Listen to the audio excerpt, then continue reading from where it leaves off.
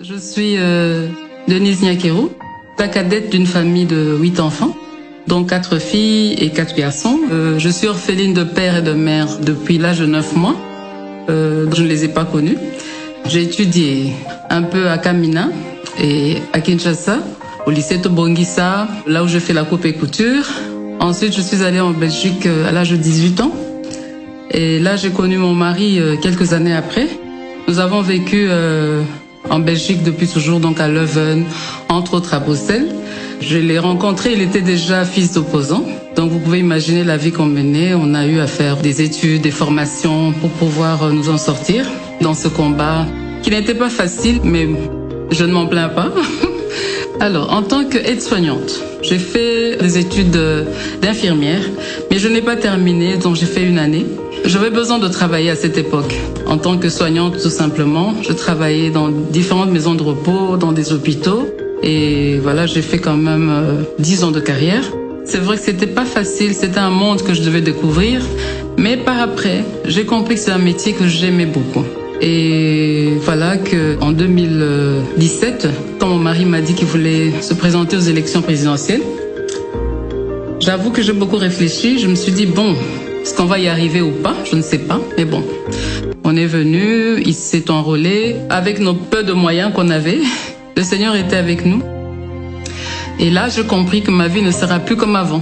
Alors, durant la campagne, ce que j'ai remarqué, c'est que vraiment, il y a beaucoup d'attentes. Les gens ont besoin de changement, ont besoin de se sentir valorisés, écoutés surtout et accompagnés dans leur vie. J'étais en face des filles qui n'étaient pas préparées à avoir des enfants. Et j'ai compris qu'il y avait ce problème-là d'encadrement. J'ai vu des enfants qui ne vont pas à l'école, dont les parents, plutôt les mamans, parce que j'ai pas eu à discuter beaucoup avec les hommes, qui me disent que les enfants ne savent pas aller à l'école. C'est des enfants qui sont abandonnés à eux-mêmes. Lorsque je voyais d'autres personnes qui étaient vraiment, qui n'y croyaient plus, qui se disaient que voilà, vous êtes là tout simplement parce que vous voulez qu'on vote pour vous et vous allez nous oublier, vous n'allez rien faire pour nous. C'est qu'il y a des personnes qui ont tellement des blessures, des douleurs ou qui sont désespérées. Vraiment remettre un sourire ou leur donner un peu de chaleur au cœur n'est pas facile. Croyez-moi, c'est pas facile. Et c'est face à cette souffrance que je me suis dit, si on gagne ces élections, et même si on les gagnait pas, je pouvais faire quelque chose, venir en aide aux personnes désespérées, en particulier les femmes. À titre illustratif, un enfant sur 10 meurt avant d'atteindre l'âge de 5 ans. Le saviez-vous? Le mariage précoce avant 18 ans. 43% des femmes âgées de 25 et 49 ans ont déclaré en être victimes. Le saviez-vous? Seulement 3 femmes sur 10 ont accès au marché du travail et majoritairement dans l'informel. Le saviez-vous? 4 filles sur 10 vont à l'école et que seulement 50% d'entre elles ont la chance de terminer le cycle primaire. Le savez-vous? Cette fatalité doit s'arrêter. Je n'ai guère la prétention de tout faire, de tout changer dans ce pays. D'ailleurs, soyez sûrs, je ne saurais y arriver. À chacun son rôle, mais en revanche, j'ai la prétention de m'exprimer, de m'élever en porte-voix et faire savoir à qui veut entendre les situations réelles de mon peuple, de mon pays. Non, je ne resterai pas inerte, ni silencieuse. Je fais le choix, pas simplement de m'exprimer, mais aussi et surtout d'agir. C'est pourquoi je lance aujourd'hui le mouvement Plus Forte. Plus Forte se veut avant tout d'éveiller les consciences des filles et femmes congolaises, de les accompagner dans l'amélioration de leurs conditions de vie ainsi que leur situation actuelle.